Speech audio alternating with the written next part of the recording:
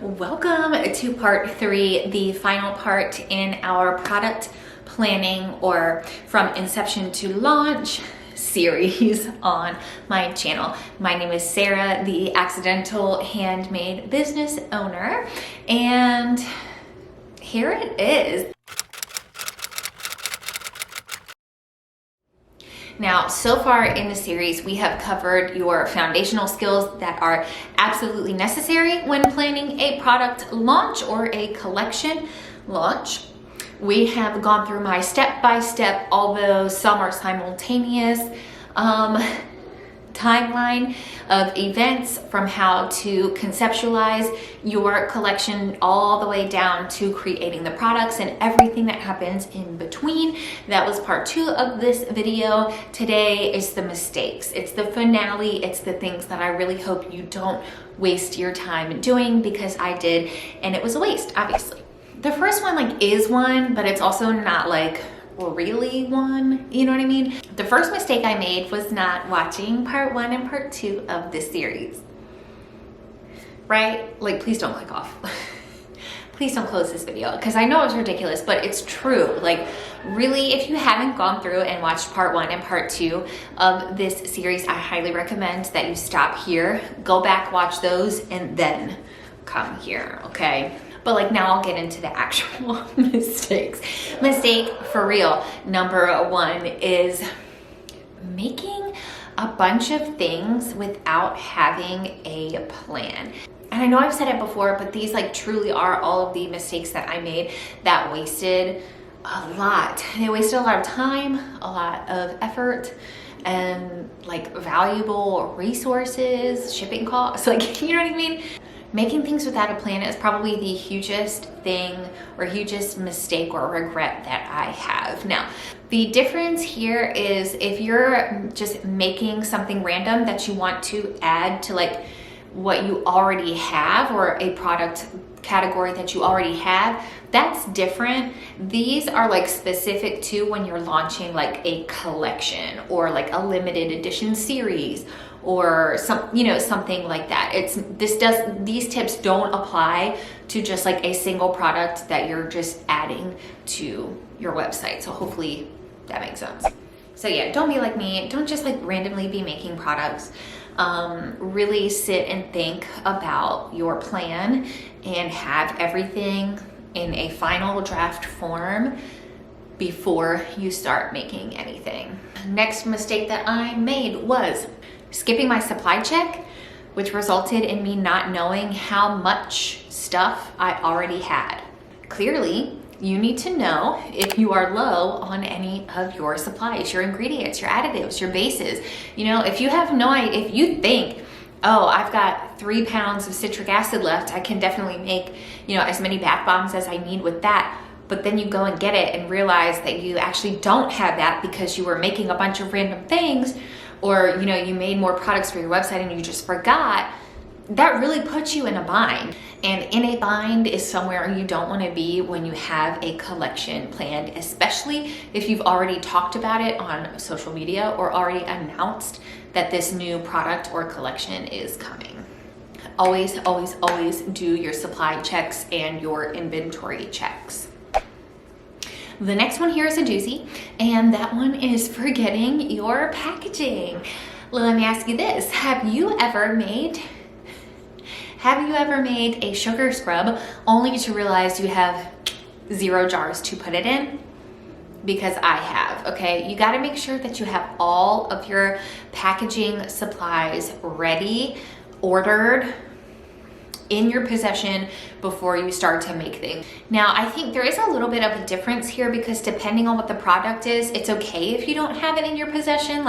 For example, if you're making soap and you don't have your soap bar wraps or your labels or stickers, however you package those soaps, it's okay, because as long as it's in a cool, dry place, it's not going to damage or alter the product in any way.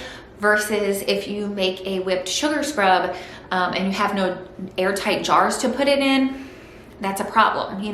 Your product can dry out, it can turn, and you don't want when you have a handmade business that focuses on products that people put on their body, you want to take every preventative measure possible and make sure that you have the highest qualities of product. So again, if you have something like a soap or a bath bomb, it's okay if those, you don't have everything that you need at that second, as long as you're getting it, but something like a whipped sugar scrub, that's really gonna hurt you if you don't have your jars or however you're selling them, if you don't have those packaging pieces together. And going along with the packaging is making sure that you have everything that you need to ship those items. Another mistake you don't want to make when it comes to developing a product collection is focusing on the wrong theme. Now, in part 1 of this video, we talked heavily about like your theme's vibe. We mood boarded a little bit, or actually no, that was probably in part 2.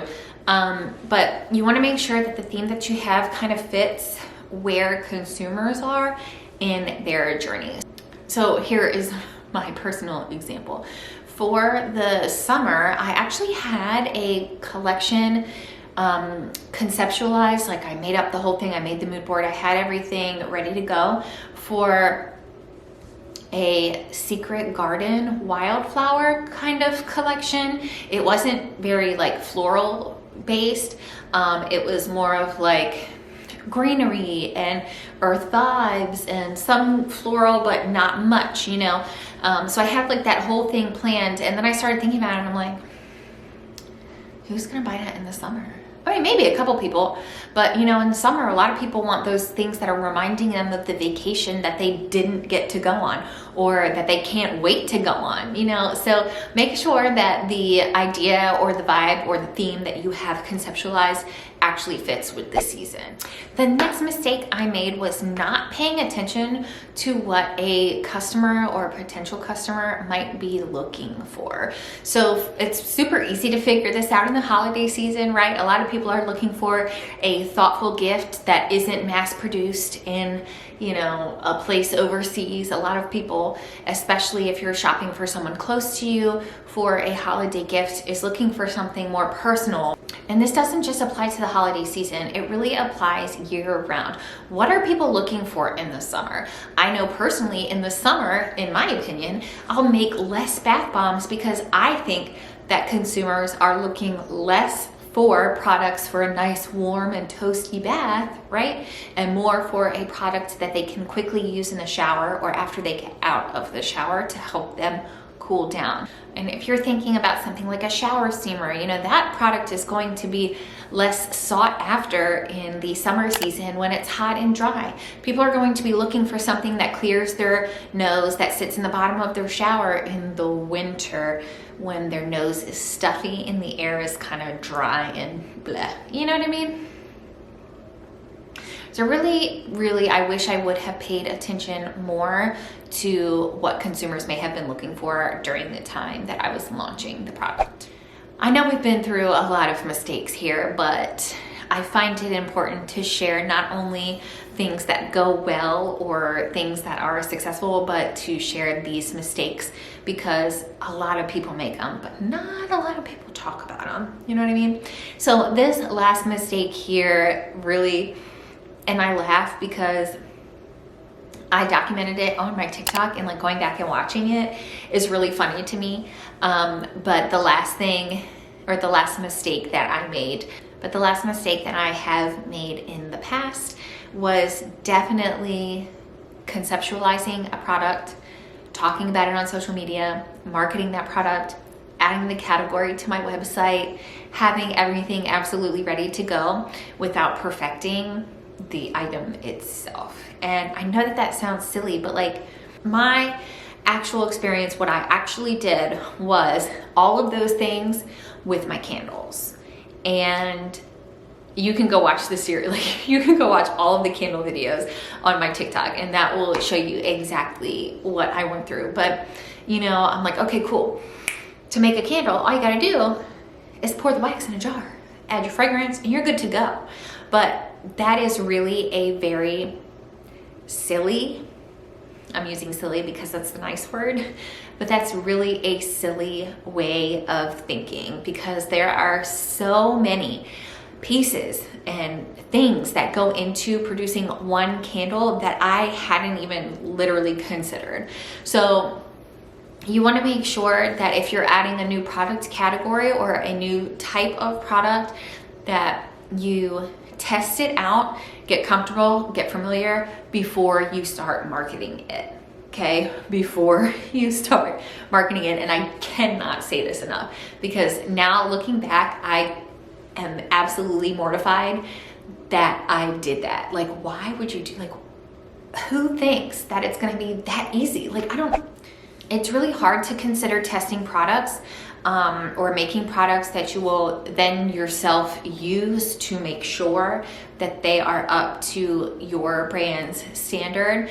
It's hard, especially when you're starting out. You don't want to waste the product. You don't want to waste all that money that you paid for shipping. You don't want to accidentally ruin something. But really, how do you know your product is any good if you don't try it? You know, I do think it is absolutely 100% necessary to be trying out everything and testing it on yourself before you market it.